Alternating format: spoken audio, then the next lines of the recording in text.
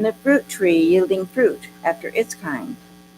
Then God said, "Let there be lights in the firmament of the heaven to separate the day from the night, and let them be for signs, and for days and years."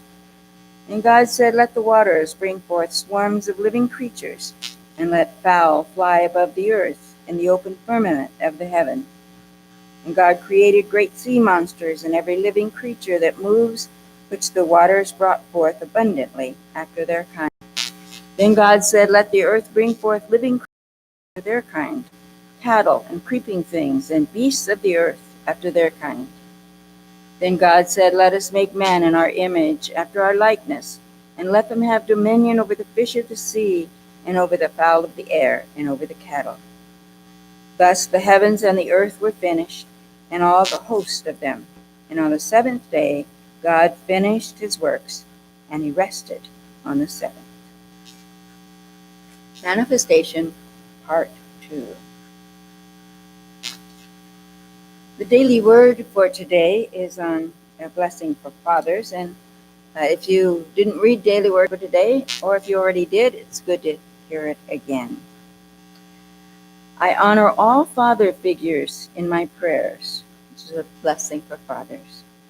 Today is an opportunity to recognize and honor the fatherly influences in my life, whether their role is a parent, mentor, teacher, or coach. Their encouragement and guidance gave me believing in myself. My prayers also include fathers and stepfathers who are new to the role, learning the importance, dedication, and patience it takes. I bless the role models who are helping to build life skills and live by example. Whether changing a diaper, telling a story, attending school functions, or teaching how to ride a bike, at the heart of all that matters is love. God's presence is active in their lives. I pray that they live in this awareness and enjoy the experience of watching children discover who they are and what they are capable of achieving. The scripture reference is from Isaiah. "I will strengthen you. I will help you. I will uphold you." So we want to take a few minutes for a quieting time. Sometimes weeks seem like roller coasters. Sometimes they feel like we're getting emotional whiplash because this thing is happening in this part of the world, this thing is happening in the life of a loved one. And so we as spiritually aware individuals want to find a way to find our balance, to find peace in the midst of all of this, because we know greater is the power within us than the power in that that's going on in the world around us. So let's take just a few moments for quieting and centering, and invite you to just gently allow your eyes to close and take that deep, sacred, holy, cleansing breath. Breathing in the new energy, new life.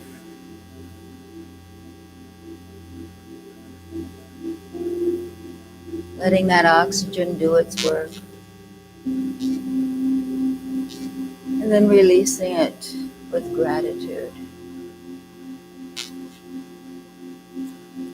You don't have to give thought to what goes on after we draw in that sacred, holy energy.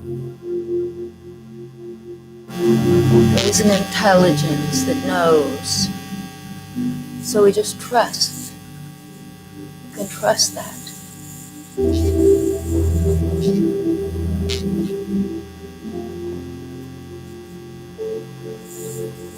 And then as we release the breath, give thanks for that energy that's stirring and flowing and doing its perfect work.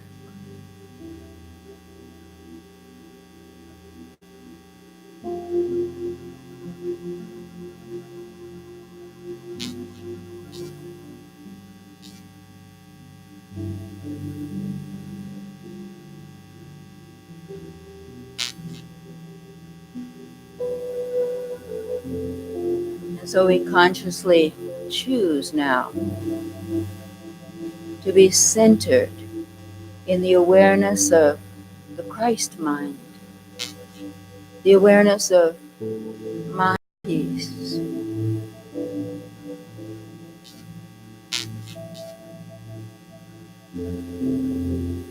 Just allow that feeling of balance to take place.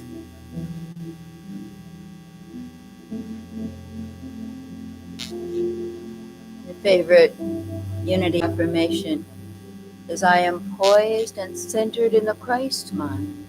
Nothing can disturb the calm peace of my soul.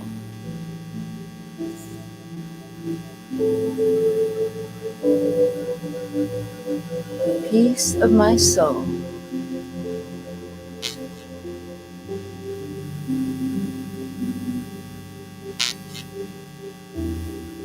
All is well with my soul.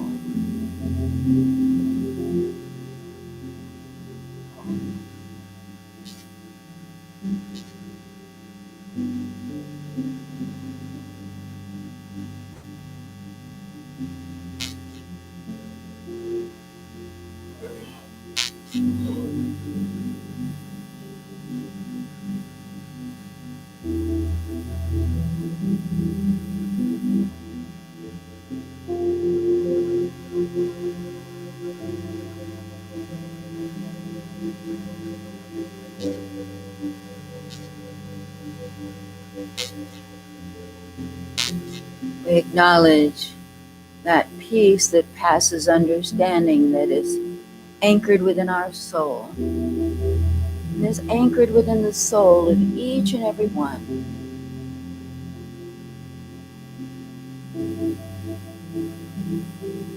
Those whose names are here in the prayer chest, anyone who comes to mind, anyone, anywhere in this world, we're a thought away, we're a blessing away.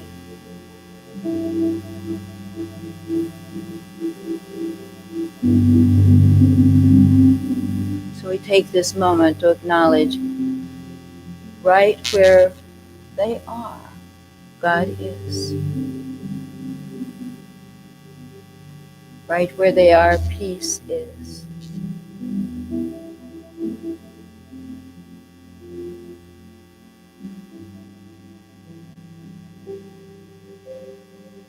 Stay with the breath and feel the balance that is established more and more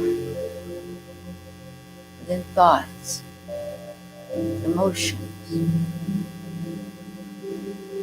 Right where we are, God is.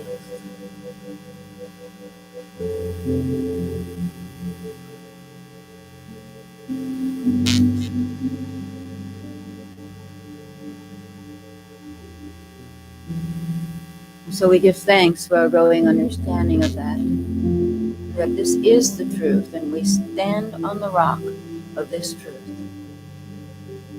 Thank you, thank you, thank you. Amen.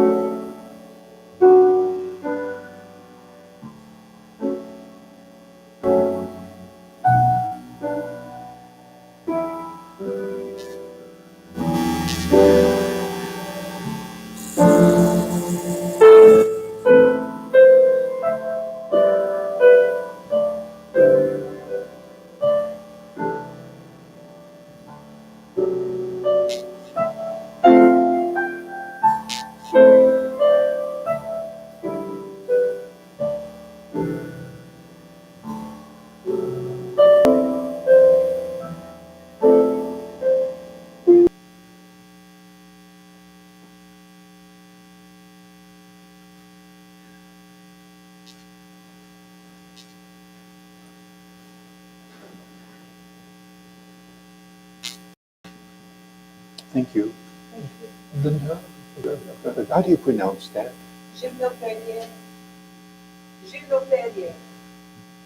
Okay. French? Yeah, okay. I'm sure all of you knew how to pronounce that, didn't you, anyway?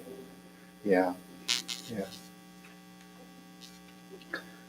We are in a kind of a series here, Mary Ellen and I, and we are calling it Rebooting Unity Principles, or rebooting the awareness of some of the truths that we find to be so useful and so helpful, but yet sometimes the very same truths that we have found to be useful and helpful, they can sort of disappear from our awareness on occasion, and we can get caught up in the maya of certain things in life that appear to get our attention, be it on the news, be it in the family kind of situations that we all have, be it in any which way that we can find ourselves involved, and sometimes we lose our focus. Now, maybe you don't have that in there. I know Mary Ellen and I periodically do, but you never lose your focus, do you, on the God self, the good self that you are, and that is always paramount in your mind and in your heart. Just in case, we thought that we would do a rebooting series here to just remind ourselves of some of the truths that we find to be very helpful and very applicable in our life and in our journey of remembering who and what we truly are. Mary Ellen quoted, or we quoted last week, from the Fillmore's Teach Us to Pray book, speaking to the experience of the manifestation part of life. We're going to talk more about that in a minute, but let's relook at that again. I think we have it projected. It is found that the mind establishes a permanent consciousness through 6 steps or stages. In Genesis, it is called days. And right away, we are led to the awareness that we're not talking about days, are we? We're talking about stages or steps in the experience of how things work and how things are formed. First, the mind perceives and affirms truth to be a universal principle and therefore available to anyone who cares to touch that truth within them. Secondly, faith in the working power of truth is born in consciousness. In other words, awareness is now taking form and taking shape. Thirdly, this truth takes definite form in mind, in the imagery that we hold to be real within us. And fourthly, the activity that we call the will, the power within us to do and be and explore, carries truth into the outer manifestation, into the acts of life, into what we experience to do and be. And then fifthly, discrimination is quickened, and the difference between truth and error is discerned. Sixthly, every thought and word is expressed in harmony with truth. And then the 7th step, the 7th day, the 7th period, represents a peaceful confidence and rest in the fulfillment of the law. Charles and Cora Fillmore wrote that book, Teach Us to Pray. And this is an understanding of how we view and how unity looks at the movement of spirit in us, through us, and as us. Remember, when we make that wonderful pronouncement, and sometimes we can make it and sort of just gloss over it, but when we say truth, God, whatever word, doesn't matter, works in you, through you, and as you, we are talking about the one activity of pure being, the energy that we call God, working, moving. There is movement always. the universe in you, through you. And this is the next step that we find within Unity New Thought: works as you. There is nothing outside of you that is projecting itself to you, but there is this wonderful core of the remembrance of the God self, the good self that you are. It is work as you. You are the instrument for that to take place.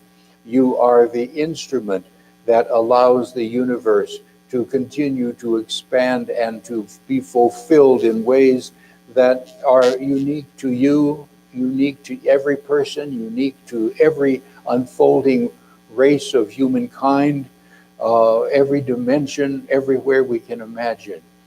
God unfolding as you, in you, through you, and as you.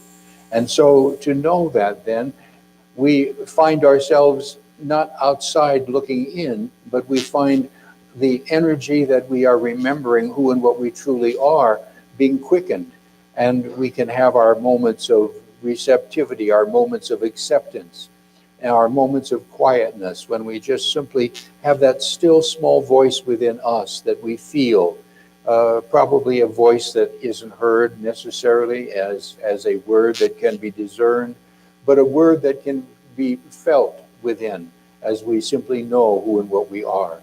It's that kind of receptivity, that quickening, that kind of shivering sometimes. You've had the moments when you've had your time when you are remembering who the activity of pure being in you, through you, and as you, and you just have this kind of this shiver of acceptance. And that's that quivering of the remembrance, I believe, of tapping you on the shoulder in a figurative, if not a literal way, and saying, yeah, remember who you are. Remember that I am that power within you, through you, and as you. And so our next slide then, the two words, reboot or repeat. Now, this carries with it the thought that I like to express many, many times, and that is we always have a choice as to either be a thermostat or a thermometer in our journey of life. And sometimes if we just simply repeat what we have done yesterday or repeat the causal formation of things within us. I think it was Einstein, wasn't it, who gave the definition of insanity, and that is wanting different results without changing the cause. You know, that's a good definition. I may have phrased that a little backwards, but the idea is still there. It is wanting things to change, but recognizing that I'm not going to change anything in that which I have within my own belief system or how I cause spirit to move through me and as me. I'm just going to continue along my merry way, and yet I want things to change. Well, things don't change unless we allow that change to take place. And so many of us, sometimes we just warm over yesterday. And we put it in the microwave of consciousness, and then we wonder why it tastes the same as it did yesterday.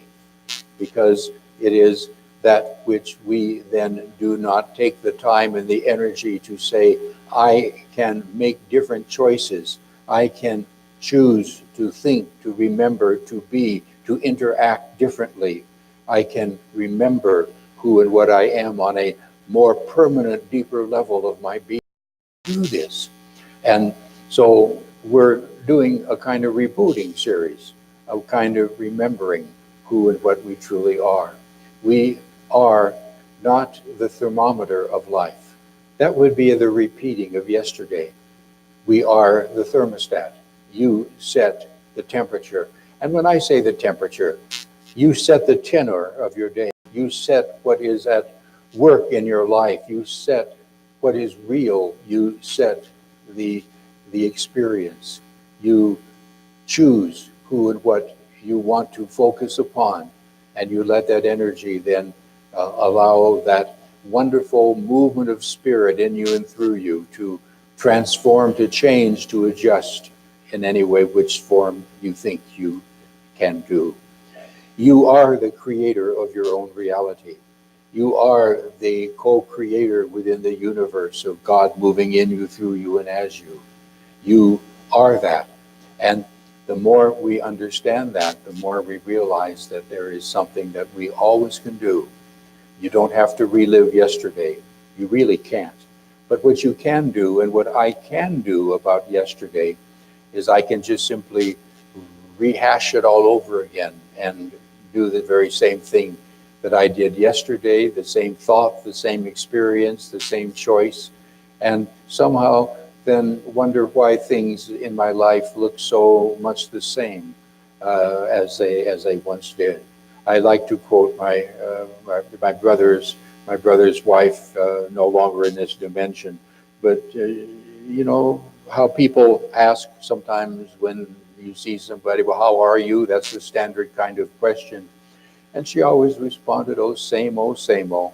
Well, yes, Doris, I wonder why in your life, same old, you know? Is because you just aren't doing anything to make any adjustment or change. Now, I never said that because that would not have been the kind, acceptable thing to do. But that is what we sometimes can do, and that is what we here within Unity find out, that we do not have to do this. So the next slide is simply the word manifestation. Now, uh, you can use the word creativity, if you will, here. You can use the word um, uh, bringing forth from the invisible. This is a sentence, actually. Bringing forth from the invisible to the visible, manifestation. Your, your life is one big experience of manifesting things, isn't it? Of person, place, condition, experience. And in fact, you're probably like me sometimes. You really don't remember as much as we always can, that we're not just talking about person, place, condition, or thing, but we're talking about absolutely everything that is within our environment, within our experience. All manifest life is from the inside out. We find ourselves thinking that it is something out here that is happening. But the only reason that something out here is happening and getting our attention is because we have a kind of quickening within us of that energy that acknowledges it. It's on the same wavelength. Otherwise, we wouldn't even recognize it. It is somewhere in the world, and we wouldn't react to it. We have the ability to move through life with only our attention and focus on what we truly want to do, be, and have. And that then is the manifest side of our journey. It all the time. I'm doing it all the time. And the wonderful opportunity that we have is to realize that we have a larger control, and that's even a minimal way of saying it, that we do have that control. But it takes a refocusing, and it takes a rededication, it takes a re-energized realization that I can do these things, that I can begin to do these things again. I can make changes within my life. All of your life, all of mine, is a manifest expression of what it is that somehow you have energized a vibration of acceptance somewhere within you, and you are therefore picking up on whatever is similar, and you are embracing it and bringing it into your beingness and into your world. And then we sometimes wonder, well, how did I ever stumble into that? Well, now, do not catch us saying that that is a bad thing that you've done, or that is an unprofitable thing that you are doing. It isn't here to say that, because we are all in that learning process of remembering who and what we are. But you know, to know that we have that power within us, to know that we have that ability to make some changes, is where it all can begin and it all comes manifest. The next slide is then creation, God, and co-creation. than is man. In other words, God energy as man, and that's a generic term. Ladies, I'm not trying to keep you out of this, but God energy as man continues, and the operative word now is what we want to remember is to allow it to do this consciously within us, to know that we are doing this, to take the realm of a command of performance within thought and feeling, within the palette that we have, that we can form the wonderful imagery of the artistry of life, circumstance, condition, thing within our journey, and to know that we have that opportunity. God, creation, and then man, woman, co-creation moving through us. The very basic understanding of all things is a God idea within, and then we take that God idea and we give it form, shape, and substance. Mary Ellen used the example last week. She said, when you think of a car, or some kind of an automobile, some kind of a whatever it is that falls into that category in your mind. If you were to go to the great celestial dictionary somewhere, which doesn't exist, but if you were to go to that, you would not find the word car or automobile listed. It isn't there, but what you would find is maybe the word freedom. What you would find is something, and then what you do, that creation, that creative word of perfect freedom, is you join in the co-creative experience of how that is going to manifest in your life. And now it takes form, shape, and substance. And now you find that it is there, and it is the reality of God in you, through you, and as you. And now it takes the form of car, a scooter, automobile, motorcycle, roller skates, something of that nature, but it's you as a co-creator giving it form and shape within your life as to how you can best use it. You are this co-creator, and it is a part of the experience of all things. So then, as we look at the 7 steps that we are looking at as a rebooting experience, maybe why did they just not say it? Well, why did they have to bury it within all these symbols and all of these other things? Why couldn't they just have completely said, well, this is what we are saying, these are steps now that you must take within your mind? And well, because they didn't know how to say it, and probably the writer of the book of Genesis, which, by the way, was not written at the beginning. It was written somewhere in the middle part of all the Old Testament writings of what we call today the Old Testament. So we have that all experience.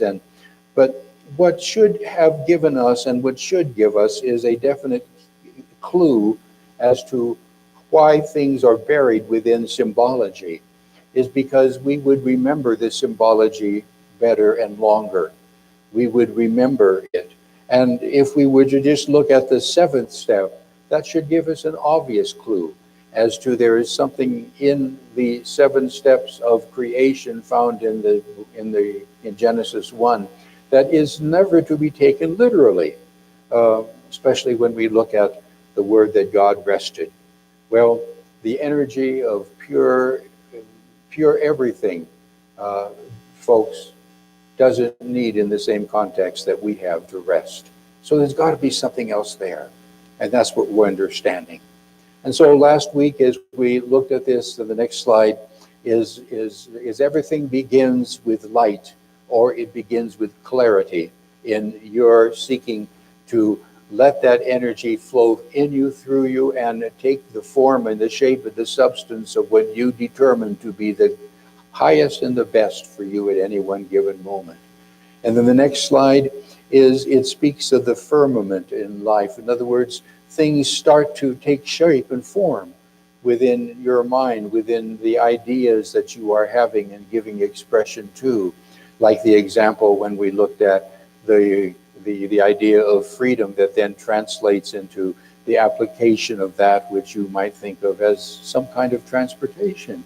So it starts then to take form and shape. And we use the word faith then grasps on to something that is taking place in that regard. And then the next tells us then of dry land being formed, of it really starting to look like a opportunity that is applicable, that we can use within our life. It can take the form of whatever it is in your world that you think you want to do, be, or have.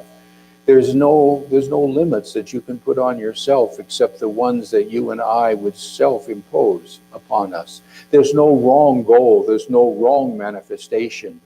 There is nothing that somebody would then take the wonderful opportunity to say, well, why waste your time on something like that? When, well, you're not wasting your time. You are expressing the experience of knowing what you can do, be, and have as you work with principle, as you work with the law. And it's nobody's business what is your goal or what is the outcome that you seek to experience and enjoy within your world. There is nothing that you can do in that regard that is not as it should be. And the next slide then is, as we today, it's brand new. Fourthly, the next step, the will, the energy within you then is receptive. What is there I need to do? What is there I need to embrace? What is there I need to say? Who do I need to talk to? What do I need to find and sort of stumble, although there really isn't any stumbling into? But what do I need to read, and who do I need to have a conversation with? It's the power within us to do, be, and have. It takes this next form, this next step, that we are then receptive to. I still have something to do, be, and have in this process. Not only can I imagine it, not only can I embrace it, not only can I give it form and shape within my understanding, but then there's quite often something that's left for me to do. And so we have that then that carries us into that next step. And fifthly, the next slide, our discernment is quickened. And the difference between truth and error is discovered. And here is the step which sometimes we forget we presently have. We always have. And that is, we can change our mind. If we set something into motion and we can see that it is going in a direction that really is not going to be helpful for me or for my environment, or we can even say in where I find myself in whatever setting, that we can then recognize that let me make a lateral change here. Let me make a new choice. Let me go back to principle within and see if I can, in my times of quiet and receptivity, have a different kind of flow that manifests. If it doesn't happen smoothly and easily, look at it again. It is supposed to. And if something is getting your attention, meaning this is not helpful in your journey right now, right where you are, then this is the step that you can see the difference between truth and error. You can discern that.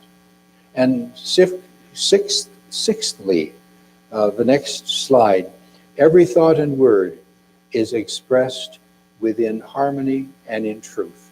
Every step, if it's right and perfect for your goal, and remember, there's no pronouncement upon something being foolish or being frivolous or being something that should not be happening in your world. There's nothing there that let anybody tell you that it is something that is not right and perfect for you to. And by the same token, do not impose that on anyone else as well. Do not go out of your way in your great, wonderful wisdom of judgment to tell somebody they are wrong. They aren't wrong. Nobody is in their process. But that next step then, as we bring forth, it is expressed in harmony and in truth. And the seventh step, peaceful confidence and rest in the fulfillment of the law. That's the seventh step. Now, this doesn't mean rest, doesn't mean you do nothing. It doesn't mean that there is the need now to really breathe in deeply because you have expended all your energy and you have nothing left. You just pooped, and your God experience needs to be rejuvenated within you. That's not what the seventh step is. The seventh step is just simply enjoying the experience. It is naming it good.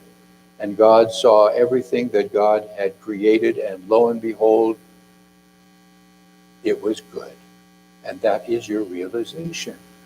A simple step. Now, how often can this take place? It can take place in the seven steps are broken up in this way, but they can happen just bing. They can happen in days, they can happen in seconds, they can happen in moments, they can happen over and over again. And to do it, remember, the operative word is consciously. If you and I are doing this consciously, then we are in the realm of being in control of who and what we want to do, be, and have, and what we want to express. What? And then my next slide is, well, what is it? What is it I would want you to remember about this experience of rebooting in this particular word or manifestation? Doing it consciously is one thing that is important, but you do not have to remember, all right, these are the various steps, this is what they represent. If you and I continue to move into our life experience, moving from center to circumference, in the creative essence of God moving through you and as you, all of these things will happen automatically. You don't have to stumble over, well, let's see, which step is this? Did I mess that one up? Or no, it will flow. You don't have to know necessarily.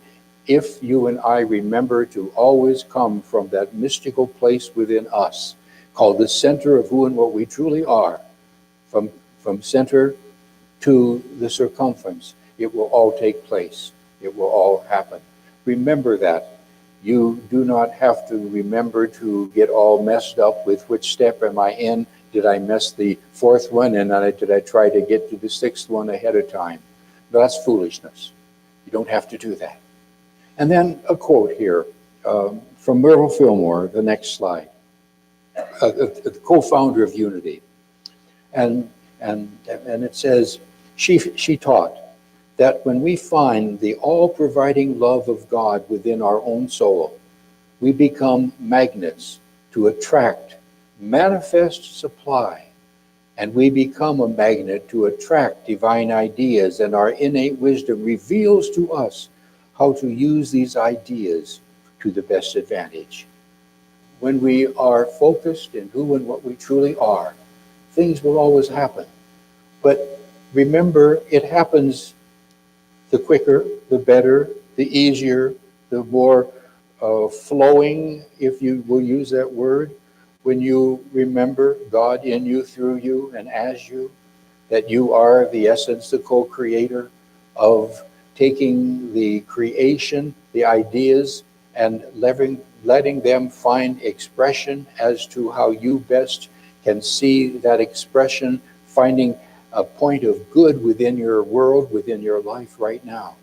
You are the creator of your own reality. Do it consciously. Recognize that that movement in you, through you, and as you is something that will transform and bless. And then the eighth step, which isn't there. Well, it is there. The eighth step is expect it. Expect it so. You don't have to get to the place where you would say, well, boy, I sure didn't expect that to happen. Well, it should happen. Understand that as you and I participate in this wonderful flow of God in us, through us, and as us, good things are supposed to take place. You were created to have a blessed life and to allow that life to express in ways that are so unique to you. Nobody could do it better. You and God together, because you are together. God in you, through you, and as you. It's who you are, and you are blessed. but you know that.